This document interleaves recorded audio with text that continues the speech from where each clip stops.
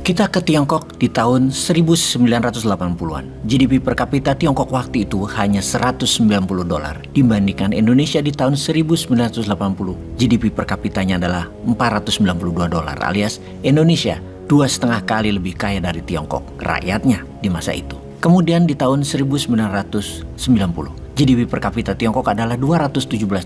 Sementara Indonesia, pendapatan penduduk rata-rata setahun adalah $585 per orangnya. Indonesia masih 2,5 kali lebih banyak, lebih makmur dari Tiongkok. Di tahun 2000, GDP per kapita Tiongkok adalah $960, sementara Indonesia harusnya adalah 2,5 kali dari Tiongkok. Namun faktanya pendapatan penduduk Indonesia dalam waktu 1 tahun di tahun 2000 hanyalah $780. Kunci dari pelajaran ini adalah bukan apa yang dilakukan di tahun 90-an sehingga mencatat kenaikan di tahun 2000. Namun apa yang dilakukan sejak tahun 1980-an lah yang menjadi kunci sukses 20 tahun kemudian bagi Tiongkok. Apa yang Tiongkok lakukan? Karena begitu kita teruskan data pendapatan per orangnya di Tiongkok, makin nyebelin dan kesel hati ini jika dibandingkan sama yang di tanah air Wakanda pastinya. Angka GDP per kapita Tiongkok setiap 1 dekade, setiap 10 tahun pertumbuhannya terbang dengan kecepatan tinggi. Di tahun 2010 angkanya menjadi $4.450 per orang dan di tahun 2020 pendapatan per orang di Tiongkok adalah $10.500. Yang mana diprediksi di tahun 2030 Tiongkok akan menjadi negara dengan pendapatan per orang per tahunnya adalah $25.000. Sekali lagi kita pertanyakan, apa yang dilakukan oleh Tiongkok sejak tahun 1980-an hingga saat ini?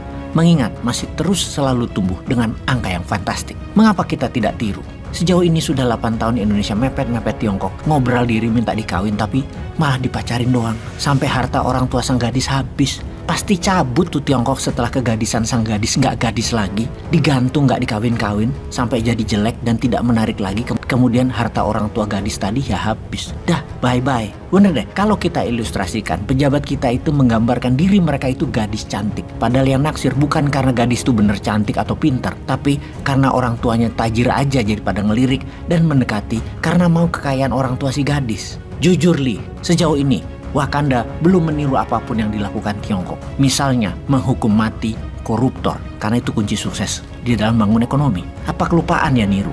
Lebih enak nurut sama Tiongkok aja kali ya. Cuannya banyak, kerjanya gampang. Hanya tanda tangan kebijakan doang yang mendukung proyek Tiongkok di provinsi-provinsi. Dah itu aja. Kemudian satu lagi, piara buzzer. Sesungguhnya kalau mau meniru untuk menjadi negara maju, maka kalau mau membangun Indonesia, ada banyak hal yang harus diselesaikan terlebih dahulu. Yang terwajib adalah koruptor dihukum mati. Kemudian penjahat apapun hilang hak politiknya jika dipenjara, dan narapidana setelah hukumannya hilang, hak politiknya selama 5 tahun tidak boleh ada lagi. Jangan malah jadi bupati, jadi wakil rakyat, kasusnya korupsi lagi.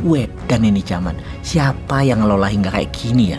Lalu kita gali Tiongkok lebih dalam lagi. Apakah Tiongkok membangun negaranya pakai surplus perdagangan cadangan devisanya? Apa pakai FDI, Foreign Direct Investment seperti yang kita lakukan? Atau pakai apa? Tiongkok membangun negaranya pakai surplus perdagangan cadangan devisanya? Maka jawabannya adalah tidak. Karena waktu mereka memulai membangun di tahun 80-an di awalnya, di masa Deng Xiaoping, mereka tidak punya uang sama sekali dan tidak ngutang tapinya. Karena sungguh, siapa yang mau ngutangin Tiongkok waktu itu?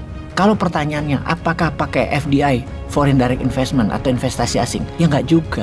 Siapa yang mau invest di negara komunis otoriter di tahun 80-an itu? Ini kuncinya yang harus kita pelajari. Lalu pakai apa? Kita tambahin biar nambah penat palakmu. Bagaimana Korea Utara bisa hidup tanpa IMF, tanpa World Bank, dan bisa memproduksi senjata nuklir? Nah, bingung kan? Kita lanjut. Apa yang Tiongkok lakukan di tahun 80-an tentu beda dengan yang Korea Utara lakukan. Yang Tiongkok lakukan di awalnya adalah menipu Amerika dengan Deng Xiaoping mengatakan bahwa 40 tahun lagi Tiongkok akan jadi negara demokrasi. Itulah perkataan di tahun 70-an ke Henry Kissinger yang waktu itu Menteri Luar Negeri Amerika. Dan di tahun 80-an ketika ketemu dengan Presiden Amerika Ronald Reagan, Deng Xiaoping mengulangi lagi pernyataan tersebut. Mengapa kita mengatakan Tiongkok menipu Amerika? Karena hingga saat ini Tiongkok tetap berideologi komunis sosialis, bukan liberal kapitalis demokrasi seperti Amerika. Dari janji mau jadi negara demokrasi, maka yang kedua adalah yang dilakukan.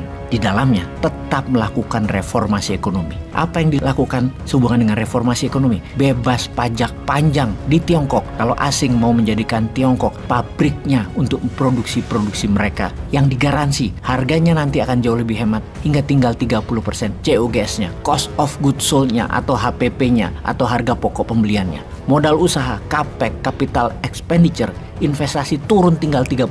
Siapa yang nolak? Itulah awal tahun 80-an, kawasan ekonomi khusus dibangun di 4 wilayah di Tiongkok. Apalagi reformasi ekonomi yang dilakukan oleh Deng Xiaoping, mempermudah izin, hanya 1 minggu selesai dan bisa bangun pabrik di kawasan industri, kawasan ekonomi khusus yang tanahnya tidak perlu beli, langsung jadi aset perusahaan karena bagian dari setoran BUMN Tiongkok di perusahaan asing tadi. Efek langsung kebijakan Deng Xiaoping adalah transaksi perdagangan Amerika Tiongkok meningkat. Dari tahun 70-an itu awalnya adalah 5 juta dolar, di akhir tahun 70-an menjadi 142 juta dolar dan di tahun 80-an menjadi 2,5 billion dolar. Salah satu yang awal-awal masuk perusahaan Amerika di Tiongkok adalah Pullman Kellogg dengan 8 pabrik pupuk amonia yang akhirnya mereka menjadi pengendali pangan dunia sekarang. Syarat kedua masuk perusahaan asing adalah transfer teknologi, transfer keterampilan dan transfer knowledge dengan janji produksi menggunakan tenaga kerja Tiongkok, jam kerja lebih panjang dan hasilnya lebih banyak. Dan dalam 10 tahun semua itu tercapai. Budaya kerja keras bangsa Tiongkok terbukti diterima pihak barat sebagai konsep ekonomi murah, cepat dan banyak. Walau tidak manusiawi, namun bagi kapitalis, what the hell? Dan bagi komunis, what the hell juga, yang penting lu rakyat pada makan kan? Yang menarik adalah kerjasama asing dengan lokal. Pihak Tiongkok selain setorannya lahan adalah masuk memiliki 20% saham. Mereka adalah BUMN-nya Tiongkok. Orang-orang BUMN Tiongkok tadi tugasnya cuma 2. Pertama, ngurusi izin dan menciptakan hubungan positif dengan pejabat. Yang kedua adalah mengurus logistik transportasi. Di Tiongkok itu tidak ada isu sosial atau isu kedarahan. Kalau ada masalah atau macam-macam, semua disikat. Di tahun 1980-an dan 1990-an ada 300 perusahaan Amerika masuk ke Tiongkok dengan Coca-Cola dan General Motors masuk paling besar di awal-awalnya tersebut. Total investasi mencapai 10 billion dolar yang mana saat ini telah menjadi lebih dari 4.500 perusahaan Amerika dan pihak barat termasuk Korea Selatan dan Jepang di Tiongkok dengan nilai kapitalisasi pasar senilai 3 triliun dolar. Bisa Indonesia tiru nggak kira-kira? Sudah 10 tahun kok nggak mulai-mulai niru sih, malah korupsi hukumannya dikurangi. Piye Jal?